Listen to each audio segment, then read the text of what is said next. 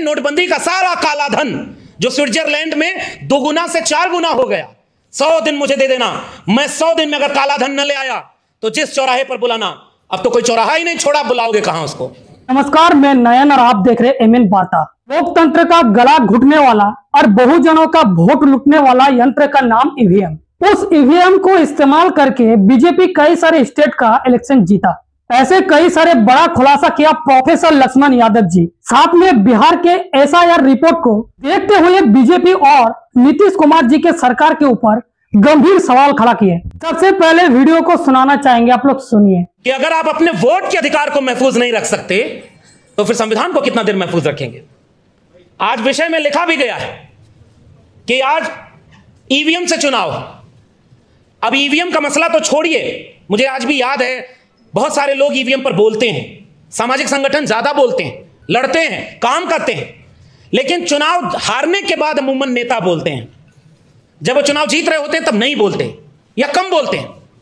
और मैंने ये पहली बार देखा 2024 के चुनाव के बाद कि जब उत्तर प्रदेश से समाजवादियों ने 43 सीटों पर बीजेपी को हराया। अगर वो ना हराए होते तो एसआईआर की जरूरत नहीं होती, सीधे आपसे वोटिंग राइट छीनने के और भी तरीके उनके पास हैं। ये तो हारने के बाद स्थिति है। और उस दिन सपा के राष्ट्रीय अध्यक्ष ने संसद में ऑन द रिकॉर्ड बोला था कि अगर मैं 80 की 80 सीटें भी जीत जाऊं तब भी ईवीएम पर मुझे यकीन नहीं है, हम अगर इसी से जीतेंगे तो भी इसे हटाने का काम करेंगे। मुझे लग रहा है ये सबसे जरूरी मसला है। आप चुनाव जीत जाएं तब ईवीएम सही है, आप चुनाव हार गए तो ईवीएम खराब है, इस पर बाकी लोगों का भी यकीन नहीं होता। इसलिए मैं उन तमाम संगठनों को ज्यादा क्रेडिट देना चाहता हूं जो रोज ईवीएम के मुद्दे पर आम जनता के सामने लड़ाई लड़ रहे हैं। लेकिन ईवीएम से वोट डालने के बाद भी जहां जनता जागरूक है, जहां जनता मन बनाई हुई है कि संविधान को बदलने नहीं देंगे, वहां वो ईवीएम से भी छेड़खानी करने से पहले 4 बार सोचते हैं। 2024 के चुनाव में संविधान बचाने के नाम पर आत्मविश्वास छीना गया एक व्यक्ति का जो खुद को संविधान से ऊपर समझने लगा था, जो चाहता था कि उसके ऊपर न कोई संस्थान है, न कोई पद है और न वो संविधान से चलता था। आज 2024 में जिन लोगों ने उनको पूर्ण बहुमत होने से रोका, हरियाणा का चुनाव, उसके बाद महाराष्ट्र का चुनाव और फिर दिल्ली का, इन 3 चुनावों को जिस तरह से उस व्यक्ति ने जीता, अपने लोगों से जितवाया, यह हमारे लिए खतरे की घंटी से कम नहीं था। सब जानते थे कि जिस हरियाणा में उनके प्रत्याशियों को गांव में घुसने नहीं दिया जा रहा था, वहां जो उनकी सरकार है। कैसे संभव हुआ यह? महाराष्ट्र में नोटबंदी का सारा काला धन जो स्विट्जरलैंड में 2 गुना से 4 गुना हो गया, 100 दिन मुझे दे देना, मैं 100 दिन में अगर काला धन न ले आया तो जिस चौराहे पर बुलाना। अब तो कोई चौराहा ही नहीं छोड़ा, बुलाओगे कहां उसको। झोला लेके चल दिया विदेश घूमने के लिए। और जब जरूरत पड़ी इस देश को कि बाकी देश खड़े हों, दुनिया का कोई देश खड़ा नहीं हुआ। इतना बड़ा संकट, तो फिर इतना झोला लेके घूमते किस बात के लिए रहे? यह सवाल पूछेगा कौन? संसद में पूछा जाता, संसद में वो है ही नहीं। महाराष्ट्र के चुनाव में खुलेआम वोटों को लूटा गया और अब तो नेता प्रतिपक्ष यहां तक बोलते हैं कि हमारे पास सबूत है, जितने लोग वहां की जनसंख्या में नहीं उससे ज्यादा वोटर हैं। आज भी उनकी सरकार वहां चल रही है।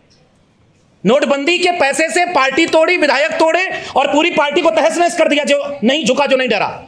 उसके बाद भी उनकी सरकार है। दिल्ली में यहां के लोग कहते रहे कि यहां वोटर लिस्ट में धांधली हो रही है, आज दिल्ली में भी उनकी सरकार है।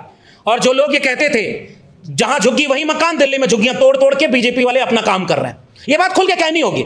जितना आप विषय रखे हैं, आप अपने लोगों को अगर ये बता नहीं पाएंगे कि इन सब का खतरा आया किसकी वजह से और आज किससे लड़ना है, ये बात तो साफ साफ कहनी होगी ना।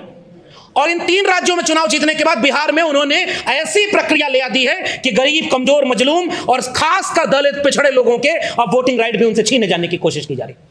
और लोकतंत्र की हत्या के लिए इससे बड़ा काम कोई नहीं हो सकता। जिन वोटों से 20 साल मुख्यमंत्री कोई रहा हो बिहार में, जिन वोटों से अभी तीसरी बार कोई प्रधानमंत्री बन गया, अब वही वोट फर्जी हो गए। उन्हीं वोटों को अब विदेशी बताया जा रहा है। तो पहले इस्तीफा तो अपना देना चाहिए कि मुख्यमंत्री और प्रधानमंत्री बिहार की 31 सीटें जीते हुए हैं, वो सारी सीटों को हटा दो, क्योंकि वहां तो फर्जी लोगों ने वोट डाला है। तो क्या लगता है, सच में ईवीएम में धांधली होता है? अगर धांधली होता है तो आप लोग जरूर कमेंट करके अपना राय रखें। बिहार के एसआईआर रिपोर्ट और ये नीतीश कुमार जी के सरकार, क्या फर्जी वोटों से नीतीश कुमार जी की सरकार बना? आप लोगों का क्या राय है, जरूर अपना राय रखें। अगर पहली बार यूट्यूब में देख रहे तो चैनल को सब्सक्राइब करें, अगर फेसबुक में देख रहे तो फॉलो करें। अभी के लिए बस इतना ही। आप लोग देखते रहिए एमएन वार्ता। जय भीम, जय भारत, जय मूल्यासी।